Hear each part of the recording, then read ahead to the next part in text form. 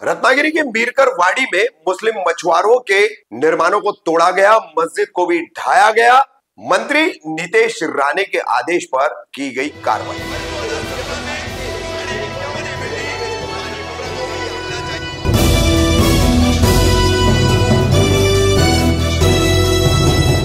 रफीक कामदार Hindustani reporter पे आपका स्वागत है।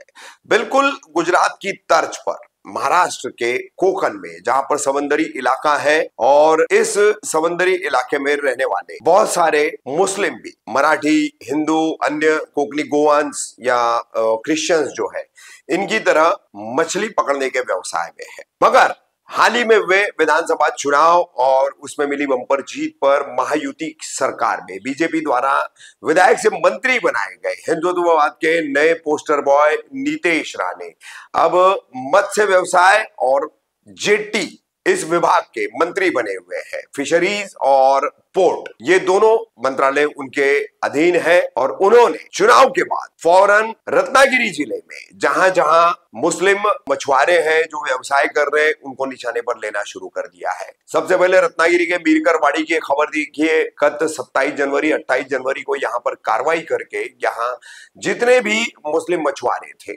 उनके निर्माणों को तोड़ा गया है। इसे सरकारी मेरीटाइम बोर्ड मरीन की जमीन बताई गई है और यहाँ पर जेट्टी का विकास करना है, बंदर का विकास करना है, पोर्ट का विकास करना है। ऐसे सभी कारणों के तहत लगभग 40-50 वर्षों से यहीं पर रहकर सूखी गीली मछली का व्यवसाय करने वाले इन मछुआरों को निशाना बनाया गया। उससे पहले इन्होंने प्रशासन से गुहार लगाई, जिलाधिकारी से मुलाकात की और पर्यायी जगह की मांग भी की। पीठ पर मारो, पेट पर नहीं, इस तरह की बातें भी यहाँ पर मछली का व्यवसाय करने वाली महिलाओं ने कहा। अब देखिए किस तरह से ये कार्रवाई की गई है और इस कार्रवाई के चलते क्या प्रशासन द्वारा, मत्स्य व्यवसाय विभाग जो है उसके अधिकारी और पुलिस अधिकारी द्वारा क्या जानकारी दी गई है, सुनिए।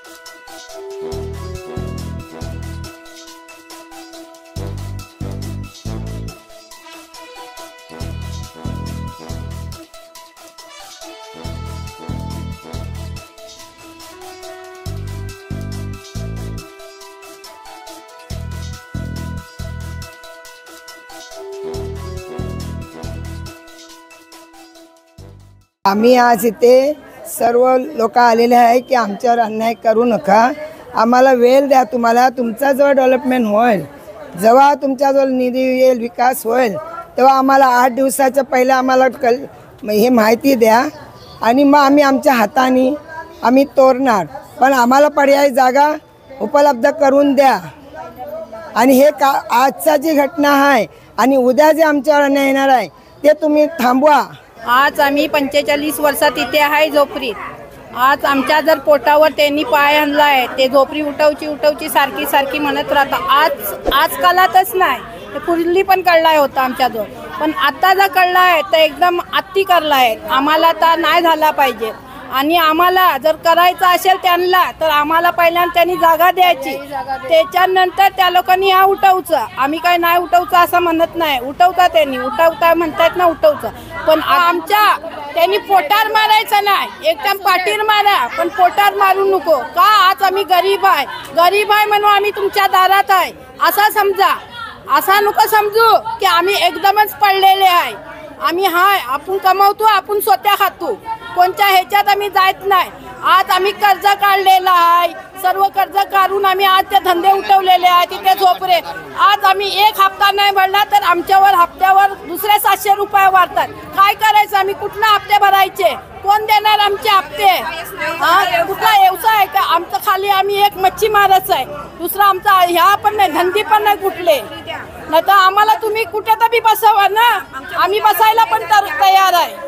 माझे मिस्टर पण हँडिकॅप आहेत, मी पण हँडिकॅप झालेलो आता. या माशा झोपड्याच्या पासूनच मला अटॅक आलेला आहे. या बर्दाश्त नाही झाला माझ्या यांनी. काकी माझे मिस्टर हँडिकॅप आहे, माझा कमवणारा कोण नाही. या माशाच्या जीवावर मी खाते कुणाच्या भीक मागत नाही. तर यांनी मला कुणी कोण झोपडी उडवणार आहे त्यांनी मला नोकरी द्यायची. मी SSC पास आहे, मी पण 10वी पास आहे, मला नोकरी द्यायची. आम्ही तिथे मी खुद आहो ना तिथे 50 वर्ष आहो. माझा व्यवसाय माशाचा आहे, खारवणी आणि सुकवायचा.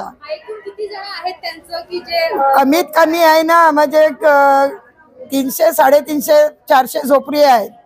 त्याच्यामध्ये फ्रेश आहेत, सुकवणारे आहेत, खारे मासे करणारे आहेत आणि सर्व असे आहेत की सर्व्हिस नाही त्यांच्याकडे, गव्हर्नमेंटची सर्व्हिस नाही.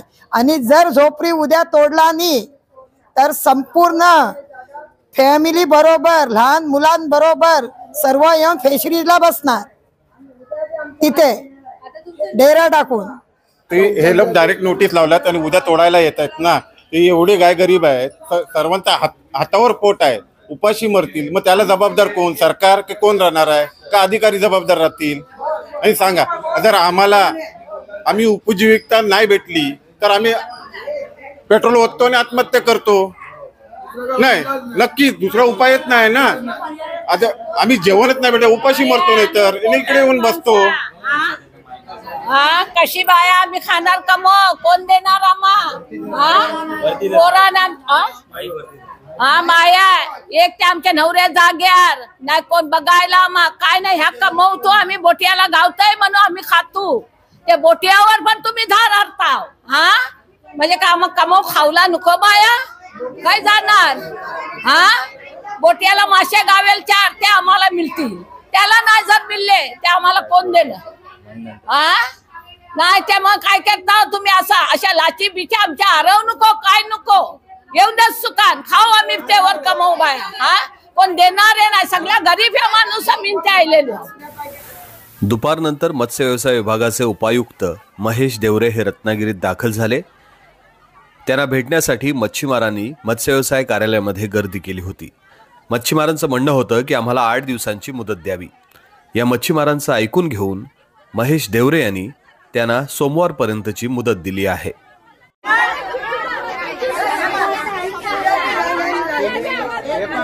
कारवाई आज करायची होती की उद्या आणि परवा 2 दिवस कोणाचं नुकसान होऊ नये असे शासनाची भूमिका आहे. त्याच्यामुळे बिलकुल आग्रह धरू नका. आता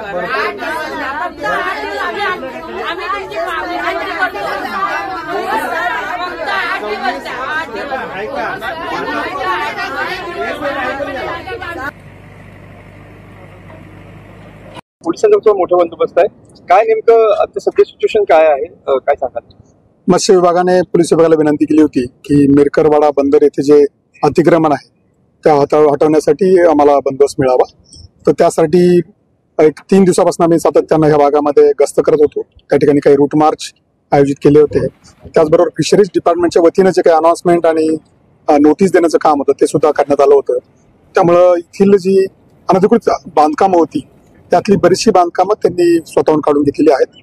आज जी काही रॅली विरोध बांधकाम आहेत त्यासाठी फिशरीज डिपार्टमेंटने स्वतःचा त्यांचा वेगळी यंत्रणा दिलेली आहे. आणि ह्या संपूर्ण कामासाठी त्या ठिकाणी जवळपास 25 पोलीस अधिकारी, 500 पोलीस कर्मचाऱ्यांचा बंदोबस्त आम्ही तैनात केलेला आहे. आणि ही मोहीम जी आहे संपूर्ण जोपर्यंत इथली अतिक्रमण काढली जाणार नाही तोपर्यंत चालू राहील. आणि इथं जे काही अनधिकृत बांधकाम आहेत इथे कुठल्या प्रकारचा कुणीही कुठल्या प्रकारची कायदा सुव्यवस्था प्रश्न निर्माण करू नये त्याबाबतली सर्व दक्षता घेतलेली आहे. व्हिडिओ कॅमेरे ठिकठिकाणी आम्ही स्वतःचे त्या ठिकाणी तैनात केलेले आहेत. आमचे स्वतःचे 2 ड्रोन कॅमेरे आहेत. त्याचबरोबर फिशरीज विभागाचे सुद्धा 2 ड्रोन कॅमेरे परिस्थिती वॉच ठेवून त्या ठिकाणी कारवाई करत आहेत. आणि मला वाटतं उद्यापर्यंत ही मोहीम पूर्ण होईल आणि हा परिसर पूर्णपणे क्लिअर होईल. धन्यवाद.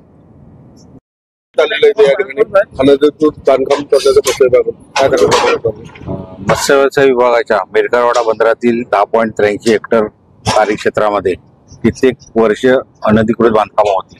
सदरच्या बांधकामामुळे प्रस्तावित जी काही मच्छीमारांना सुविधा बंदरालगत करायच्या आहेत त्यासाठी अडचणी निर्माण होत होत्या.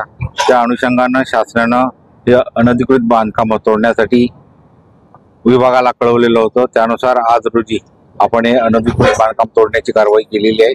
जवळपास 319 अनधिकृत बांधकामं होती. त्या सर्व अनधिकृत धारकांना विभागामार्फत नोटिसा दिलेल्या होत्या. शासनामार्फत हायकोर्टात कॅव्हिट दाखल केलेलं होतं आणि ही सर्व प्रक्रिया करत असताना पोलीस विभागाच्या महत्वाच्या मदतीने आज आपण ही कारवाई करतो आहोत.